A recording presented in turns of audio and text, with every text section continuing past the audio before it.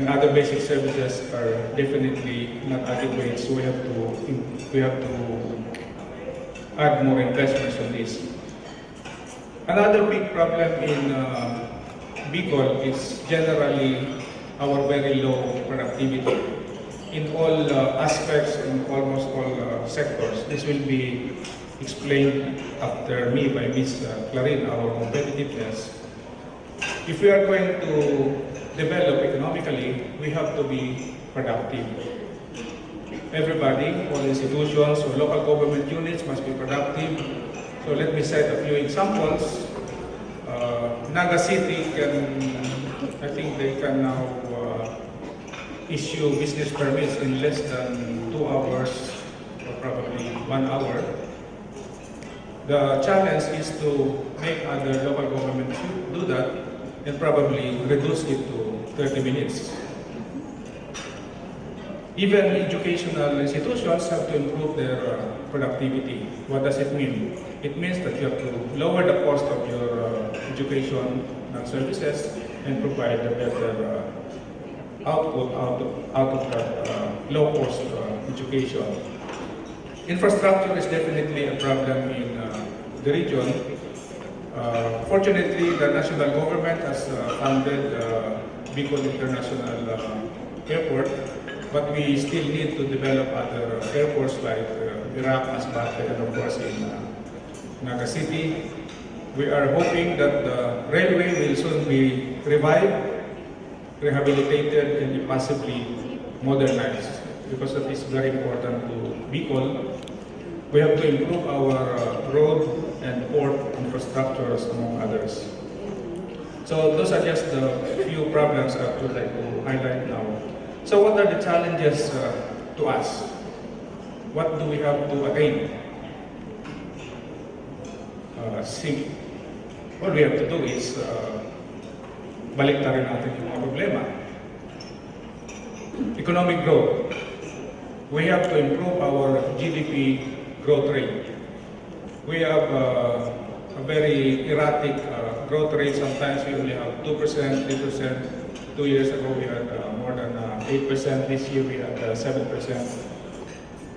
The challenge is to sustain our GDP growth rate to maybe a range of 6 to 8% every year.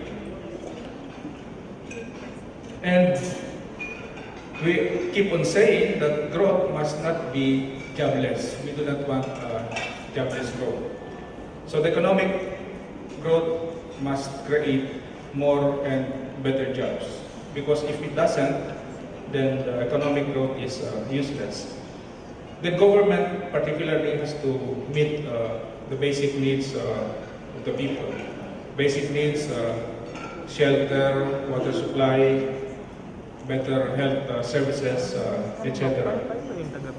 We also have to increase our production. Production in general, both agricultural and industrial.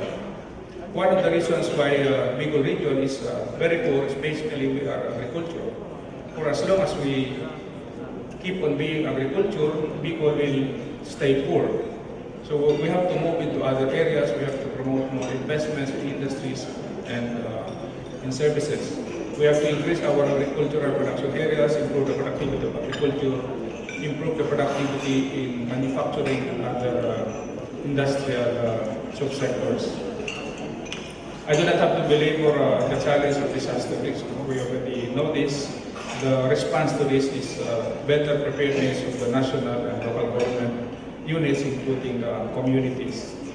So what is our vision? This was mentioned by before I was told. The vision of the region for us is make Bicol as the most livable region. So let's define livable. What do we mean by livable? Maybe you can replace that with the word paradise. So you have to describe what is a livable region. Obviously, there must be peace and order. I did not put that in the slide, but that's very basic. We must be secure, there must be peace and order. The environment must be clean. It's not a matter of not using our environment or our physical resources, but we should be able to maintain. So we would like to avoid polluted air, polluted water, etc.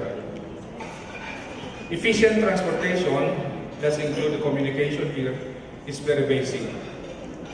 So if the railway is able to, we are able to restore the railway and you can go to Manila from Sorsogon in less than 3 hours. That's our dream. We should be able to move from one place to another, like buy a ticket in Camarines Norte, you can go to Albay, go to Catanduanes, intermodal. I mean, those are just examples. No?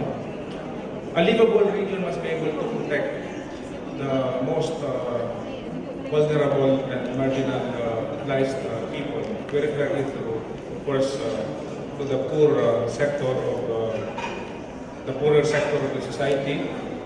Women and children, those are not protected. There should be facilities and services for social protection. Access to basic services.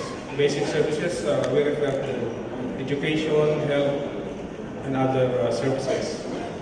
And finally, jobs are available, meaning good quality jobs, so that people do not, or Bicolanos do not have to go abroad. They do not have to go to Metro Manila, or probably we would like Bicolanos to go up to Bicol because jobs are available in the region. So these are just examples of, you can add to the list.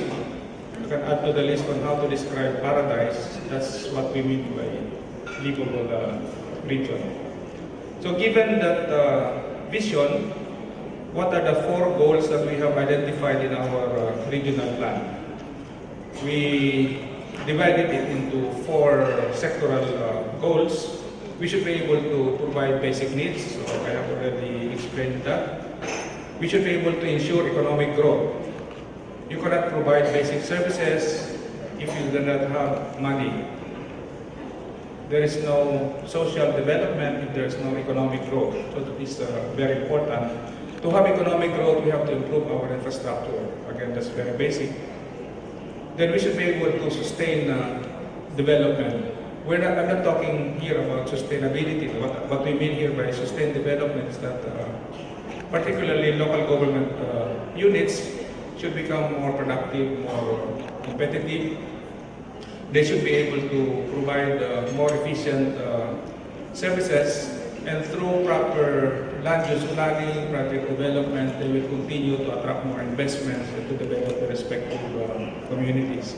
So basically, sustaining development is addressed to the local government units with the assistance of the national government offices. Now, I will not discuss ensuring economic growth, improving infrastructure, sustaining development in detail, because our topic today and tomorrow is about education, so I will focus on the provision of basic needs. So I already mentioned that to provide basic needs, one is we have to improve our educational services, provide access to health services, shelter, protection to vulnerable persons. Let me focus on the first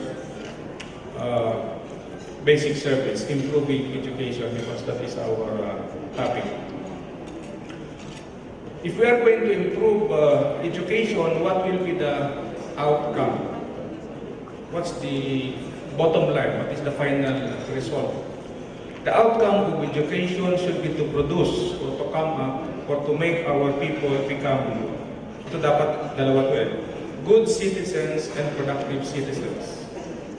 So those are the two twin outcomes. The kind of people or graduates that we should have, they should become good citizens and productive citizens in the service of the country. That should be the outcome of education. So what do we mean by good citizens? Well, you are law-abiding, you do not throw your garbage into the streets, etc. Maybe I do not have to. Productive citizens, this simply means that you are